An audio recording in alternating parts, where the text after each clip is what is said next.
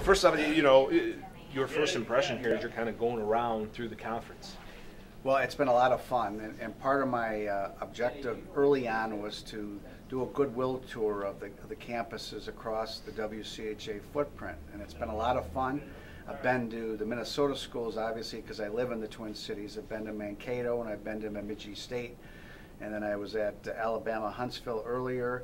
A couple of weeks ago, I was at Bowling Green in Ohio, and now I'm at Ferris State University, and it's great to be on this wonderful campus. To have the WCHA be a part here in Michigan, and certainly here in the West Michigan area with Big Rapids, how important is it for the conference? Well, it's a school that has a great hockey tradition. If you look around the room and see all the great players that have played here, not only collegially, but went on to greater things in professional hockey and the NHL, it says a lot about the program. But they have a great coach.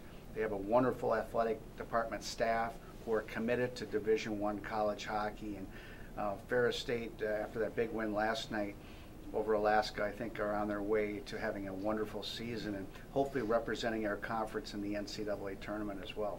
Going back to it, having the tournament there at Van Andel Arena in Grand Rapids last year, first year, I know it's your first year, but the impressions that the conference had from that first year and the importance and the excitement of going back again this year. Well, this year we're in St. Paul at the Xcel Energy Center, and then we come back in 2016 to Van Andel, and I'm looking forward to meeting a lot of those folks that were around the tournament there. I was not with the league at that time, heard a lot about it and how we can make improvements, but we really need those Michigan schools, all of them that are in the footprint, to make the tournament and have good years so we draw more excitement for college hockey, and that's going to be part of the emphasis, but also getting into the corporate community in the Grand Rapids area and the Big Rapids area, so a lot of those sponsor opportunities and the fan base continues to grow for that tournament. But it's a wonderful site, and a lot of the teams in the conference said it was one of the best run events they've seen in college hockey.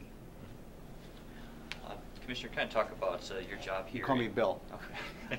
Bill, talk about the job you're doing here, trying to increase the awareness and the popularity of the conference here. A lot of people, they said when the new conference came around, people were saying, "Oh, these are teams that maybe couldn't get in the bigger conference." But talk about just the progress made last year, this year too, with the record your teams have in non-conference play. Well, I would say that's the biggest note right now is the WCHA has done so well in non-conference play. I believe I looked at the records this morning, and we're number 2 as far as conferences, just shortly behind the NCHC as far as our non-conference play, and that says a lot about the quality of the teams and the coaches and the commitments to these programs. I look for this to be a great year for the WCHA. In my mind, I see 2, 3, maybe even 4 teams making the NCAA tournament this year, and I'm so proud of that fact. I can't take credit for what's happening on the ice, but I see the improvements that have been made and the commitment level on all ends, and I see this as a great year for the WCHA in men's college hockey. And looking at the setup of the league, obviously you've got teams like Alaska and a lot of travel time and things like that. What do you guys try to do as far as limiting cost on the teams for making those sort of travel plans and things like that? Well, we're going to be working with the Alaska schools going forward on how we can better use our resources with them, and how we can use hotels and chartering flights and getting out in front of that a little bit more. But the cost of airline travel has gone up and continues to rise, and we're going to have to measure that as we go forward. But both the Alaska schools, both in Anchorage and Fairbanks, have been great supporters to the WCHA, and I think they have a place in this conference and will continue to do well. They have a lot of travel as well when they come to the upper Midwest into the Midwest region. For them, that's not an easy task either. So we understand that dilemma, but we're doing our best to make it work. The great thing about the WCHA right now is we have teams in Alaska and all the way to Alabama, and it's a wonderful footprint, so to speak, and then we're condensed in Ohio and in Michigan here, and then also in Minnesota marketplace overall. So it's a great conference as far as that's concerned, and I don't think a lot of fans realize that 1/6 of all Division I college hockey programs are in the WCHA. There's 59 teams playing Division I college hockey, and we have 10 of them, and so proud of all 10 member institutions. And looking back at last year, obviously had Ferris, Minnesota State in the tournament.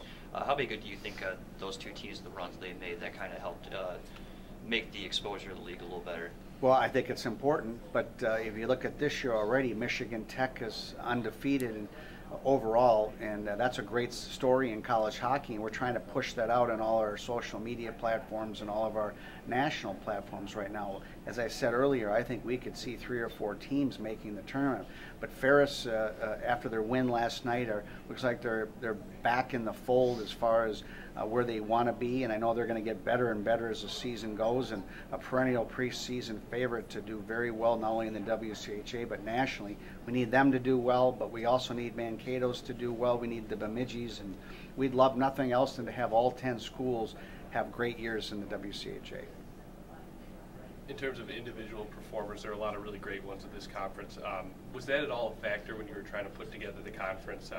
Did you look for kind of individuals that you thought would stand out and make the conference kind of look good? Well, in all fairness, the schools were, before I came in, were already in place, so I didn't really have any factor in what schools came into the WCHA, but having worked the Final Five tournament for many years, and after seeing the changes in college hockey and the chance to take the job as the commissioner of this conference and see the great schools and the passion that these athletic departments have and the coaches and these student athletes, I thought this would be a wonderful place to set forth and help rebuild this conference into a perennial great college hockey conference for all of the U.S. and North America to share in.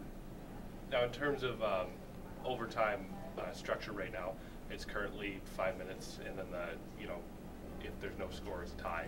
Have you talked about restructuring overtime, kind of like professional leagues have at this point? I've had some discussions with a few coaches, but also I've talked to our administrators, our head of officials, Greg Shepard, and also Coach Jeff Sauer, who is a consultant to the league, about that possibility. And it's something we're taking a look at, but I don't have a firm answer for you right now if that's something we're going to do.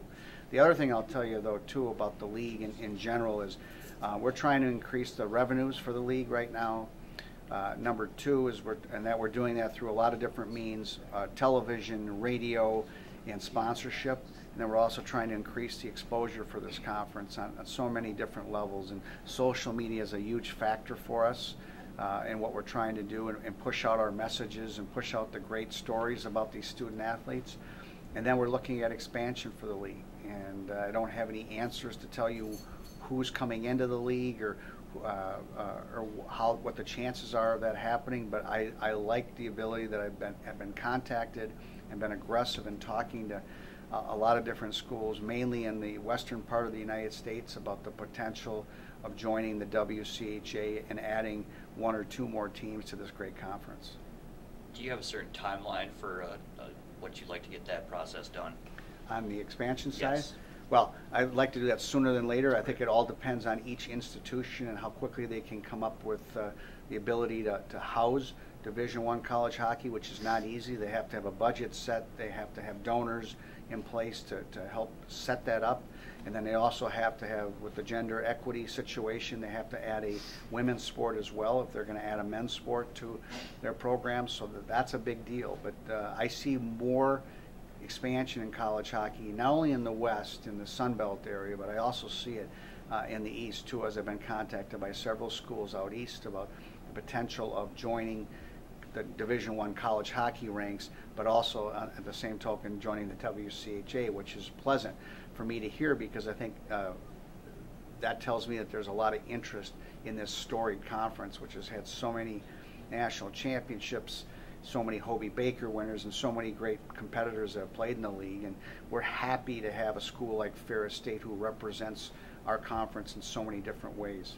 So when you're talking about expansion, excuse my lack of vocabulary for a better word here, we're not talking about poaching a team from another conference. We're talking about finding some school that's going to develop a program, or maybe take a program that was maybe D3, move up to D1? That is correct.